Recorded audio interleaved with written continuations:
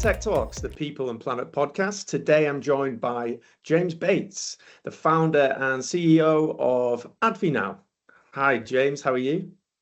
Fantastically. How are you doing today? Really good, thank you.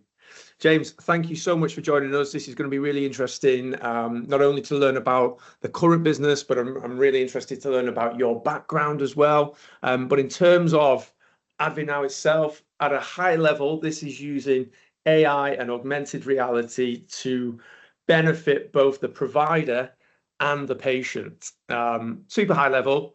Please expand. What's the mission that you guys solve?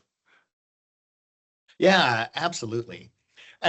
The crazy thing about the healthcare market in general, as the need continues to go up, the patients get frustrated and the doctors are getting burned out. Yeah. And so everybody hates the healthcare system. And so when I first started engaging with healthcare, I thought there's got to be something I can do. So I started with just an analysis of the medical encounter. What is it that every single person does through the process, and how much does it cost? Well, there were a couple of findings when I did that analysis that made it very interesting. One was intuitive to me. The doctor was about 70% of the cost of the medical visit. And so you'd say, okay, well, that makes sense. The doctor is the one seeing the patient. Sure, that makes sense. Yeah. But what didn't make sense was that 66% of the time the doctor was spending on the patient had nothing to do with diagnosing or treating the patient. And so I was astounded. And I said, well, if the doctor is spending 2/3 of their time doing things that have nothing to do with the patient, why did they go to medical school? I mean, why? They must not like their job very much. And so when I started going around and started talking to a lot of doctors, they all hate their job but they love patients. And so you're like, okay, I got into medicine because I love patients, but I hate all of the documentation, the coding, the rules, everything around treating that patient. AdviNOW Medical was designed to create a system that will allow doctors to be doctors once again. The AI is the one that does 66% of the doctor's current workload so that they can spend time doing the things that they love, which is treating and diagnosing and helping patients. Absolutely. And you know what, as you know, I'm based in the UK and we've got a slightly different healthcare system to you guys in the US. But the problem is the same. Absolutely. We've got consultant doctors on strike. We've got junior doctors on strike. We've got midwives on strike, all for exactly the same thing. They're doing the things that they didn't sign up for this. They signed up to help people, not to document. So great. Exactly. Yeah, for sure. So huge problem worldwide. Talk us through the solutions then. You've got a number of different products, I believe. We do. So AdviNOW is a platform that uses artificial intelligence and augmented reality to completely automate all activities in the medical clinic. Mm-hmm. So what does that mean? A patient has to register, set up an appointment, and quite frankly, there's a number of solutions out there today that will enable patients to do that on their own. AdviNOW also does that. But the beautiful thing that AdviNOW does is after the patient registers and schedules that appointment, the AI will actually, through a chatbot experience, collect all of the information ahead of time that the doctor will need. The AI will determine if there's a copay, how much the copay is. The AI will determine if the doctor is appropriate for the patient. The AI will determine if the patient needs a lab or an image or something like that ahead of time. All of these things are collected ahead of time so that the doctor, when they actually see the patient, have the information they need. And it's not the doctor asking 20 questions. It's a doctor reviewing the data to be able to solve that problem. So what the AI does is it collects all that information from the patient through an augmented reality system. It can do a heart exam, a lung exam, an ear exam on the patient before they ever see the doctor. And then the doctor has a list of illnesses and the symptoms that are correlated to those illnesses. The doctor just has to click on the illness. They say, this is the one. They click on it. The AI will then do all of the documentation and all of the coding for the doctor. The doctor then reviews it and says, yep, that looks good. Click it, and then answer any questions the patient has. Some interesting metrics from an urgent care clinic that went live using AdviNOW Medical. Pre-AdviNOW Medical, a doctor would see a patient one every 20 minutes. So they'd spend about 20 minutes total on the patient, but they only spent 3 minutes with the patient. Oh, wow. So 17 minutes doing things outside the patient room.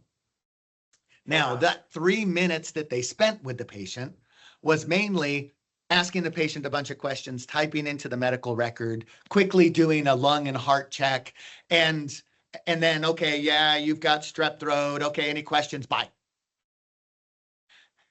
Patients were unhappy. Yeah. They felt the doctor was rushed. Yeah. The doctor was unhappy because they were rushed, because they have to run out, enter all that information in, argue with the payer, which is, again, different than the UK, but in the United States, they got to fight with the payer to get paid. In the UK, they got to fight with the regulator to not get arrested, if they do something wrong. And so they're worried about everything except the patient.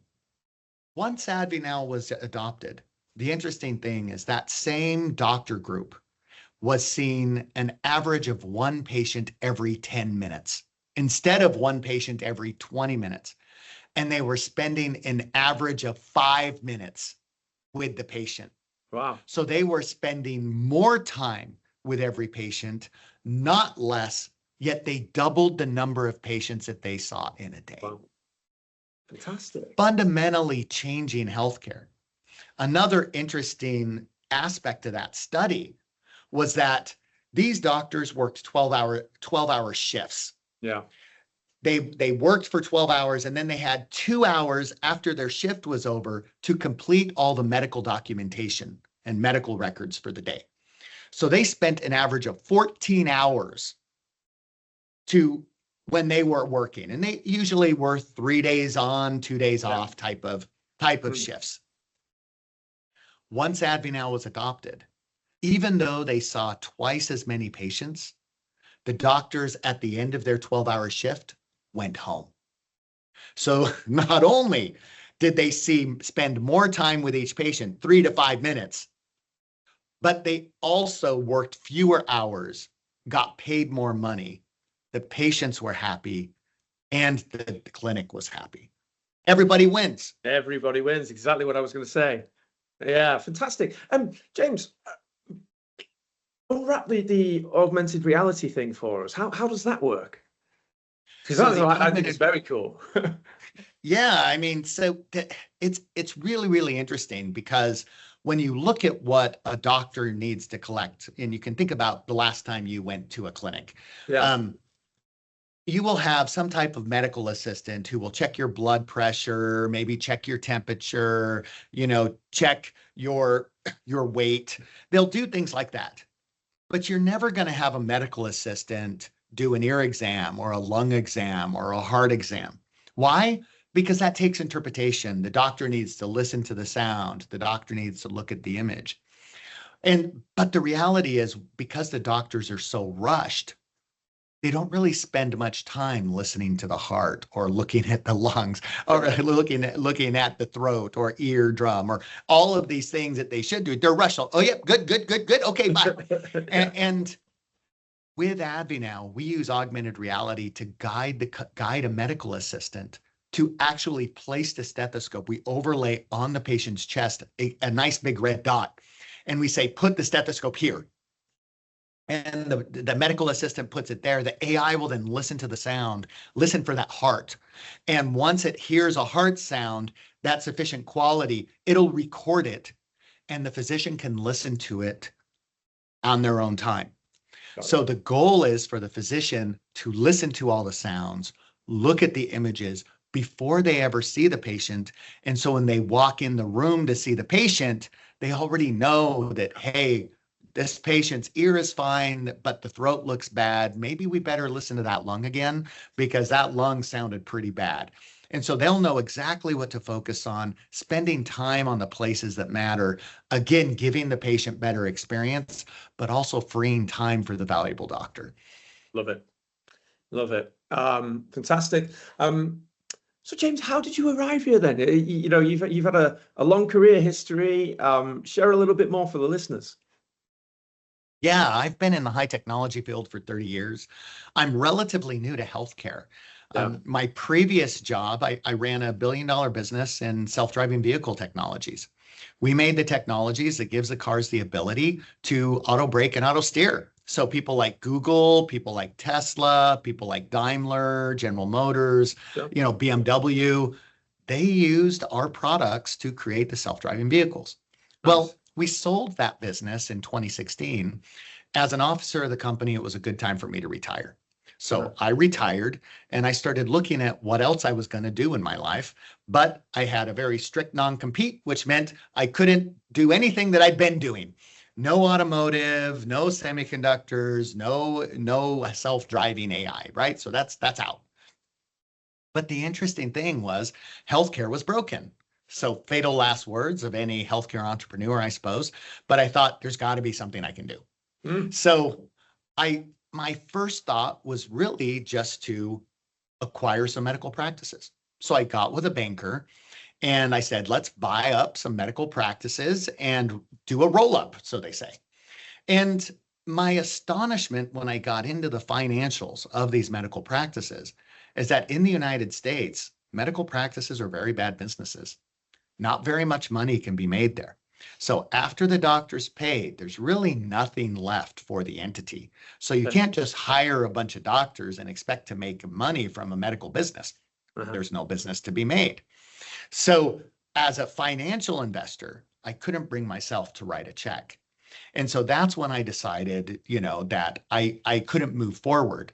So I went back to the people I was doing diligence on and told them, sorry, thanks, but no thanks. I'm not going to buy your business. Now, one of the guys that I did this work with, he came to me and he said, look, James, I got it. My business has challenges. Help me fix them, right? That was my opportunity. And that's when I started the study that we started this conversation on of let's figure out why this clinic can't make money. And that's when I measured exactly what the costs were through that whole medical encounter process and realized that the problem really wasn't there's no money in healthcare. There's a lot of money in healthcare. The problem was that we have physicians doing work that, quite frankly, technology should be doing. Sure. Thanks for that. That's a really interesting career history. But it's rarely plain sailing with startups, isn't it? It's, you've run big businesses before. I always ask the founders this question because we have a community of founders that listen to this show. Share with us some of your challenges and how you go about navigating those.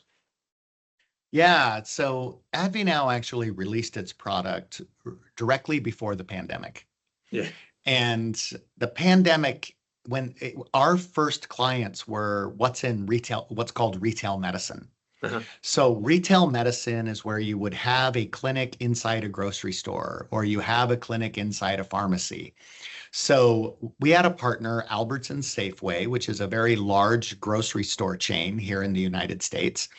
And they wanted to put clinics next to their pharmacies.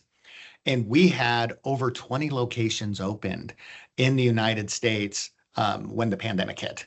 Okay.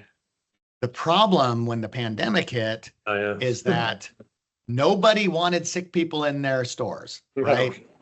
We are a grocery store. We're not, we like people's health, but we want sick people to go somewhere else. Okay. Because our store needs to remain open, and if you get a COVID outbreak inside of a store, guess what? Yeah. It's completely closed. Game over. Yeah. So we were shut down immediately. Well, okay. I also had relationships with some of the largest pharmacy chains at the time. Those also all got stalled because in-store clinics all had to be shut down. And that caused a tremendous challenge for me because my initial go-to-market plan and all of the relationships that I'd built up until that time essentially were stalled. Okay. So money burns quickly. Yeah. We had to do a pretty dramatic reduction in our staffing levels. Yeah. And pivot to start selling to hospital systems and clinic chains. And that took a couple of years to make that pivot, causing AdviNOW to see dramatic challenges in making sure we have enough funds to make this successful. Now we're very excited. We were ahead of the curve in artificial intelligence. Yeah. Artificial intelligence is what is like the rage nowadays, but we were generative AI before generative AI was cool, right? Yeah. And so it's nice to know that we're now cool, but it's we were I would have very happily done without the pandemic. Absolutely. No, I can imagine. But it still seems that you're ahead of the curve with the AR stuff as well, though, right? We are, absolutely. Absolutely. We are still ahead of the curve. We have some fundamental patents that make us leaders in this space and should be worth valuable sums of money going forward. Definitely. Which leads on to the next question. What happens going forward? What's exciting? What's coming up? What can you share? Yeah, so AdviNOW is ramping pretty heavily in the United States. We have some significant partnerships with electronic medical record vendors who are bundling their software together with AdviNOW. Okay. And what that means is that we should break even next year, which is very exciting from a startup standpoint. Absolutely. And then hit the acceleration on that hockey stick, which is the revenue curve that every single startup out there knows and loves. That hockey stick is hitting for us, and it's a very exciting time to be in AdviNOW. Definitely. James, thanks so much. It's been an absolute pleasure speaking to you, and really interesting to learn about the products and your career history as well. Guys, this is James Bates, CEO and founder of AdviNOW. Thanks again. Thanks a lot, Lee. I really appreciate your time. Thank you.